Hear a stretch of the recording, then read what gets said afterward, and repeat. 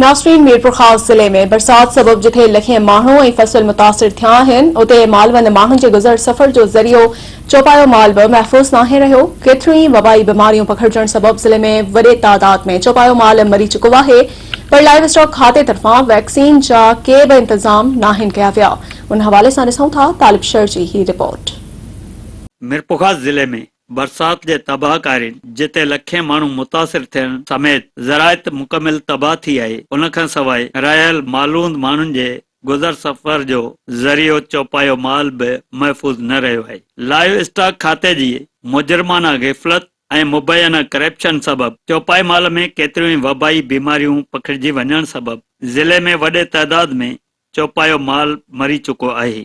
असुल जानवर जी मौत जो हाणे जेको मौत जो जेको रेशियो आहे, जेको मौत जी जेका शरह आहे, मौत छाजे करे थिए पई, इहा मौत मच्छरनि जे चक खां थिए पई।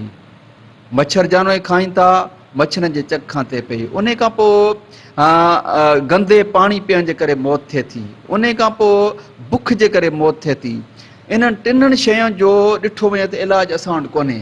लाइव स्टॉक खाते वटि वॾे तइदाद में फंड हुजण जे बावजूद बीमारियुनि खां बचाव लाइ वैक्सीन जा इंतजाम न हुजण सबब मालवंद माण्हू शदीद तकलीफ़ुनि खे मुंहुं ॾेई रहिया आहिनि। यहाँ पे बीमारी बेताशा फैल गई है, कई पीछे की तरफ जानवर मर चुके हैं और कोई आने के लिए तैयार नहीं है, ना कोई गवर्नमेंट की तरफ से, ना कोई प्राइवेट की तरफ से, ना हमें कोई देखने वाला नहीं है। बरसातुनि सबब अल्लाह ताला तबाह थियण बैदि बचल चौपायो माल बि बीमारियुनि सबब मरी रहियो आहे और लिहाजा हमारा रोज माल मर रहा है।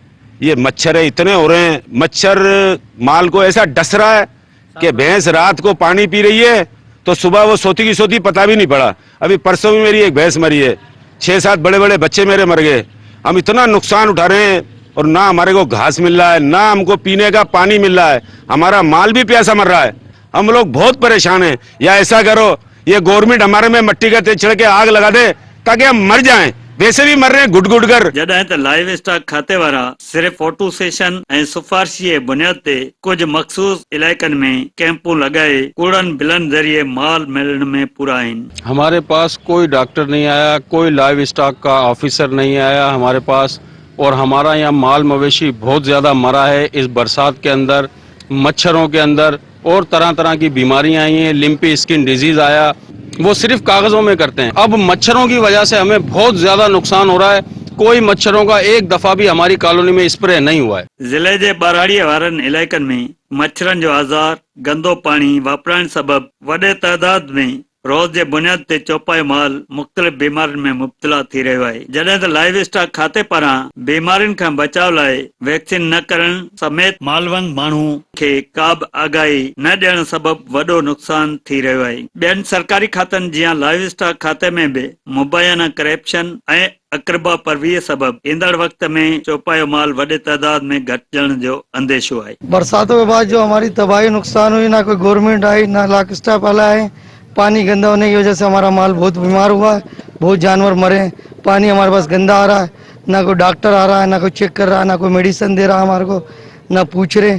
ज़रूरत इन ॻाल्हि जी आहे त लाइव स्टॉक खाते खे हंगामी बुनियादनि ते यूसी ऐं ॻोठ सतह ते कैंपूं क़ाइम करे चौपाई माल में फहिलजंदड़ वबाई बीमारियुनि खां बचाव लाइ वैक्सीन करे मालूद माण्हुनि खे नुक़सान खां बचायो वञे। कैमरामैन असद चाकी सां गॾु तालिब शर, मेहरान टीवी, मीरपुर ख़ास।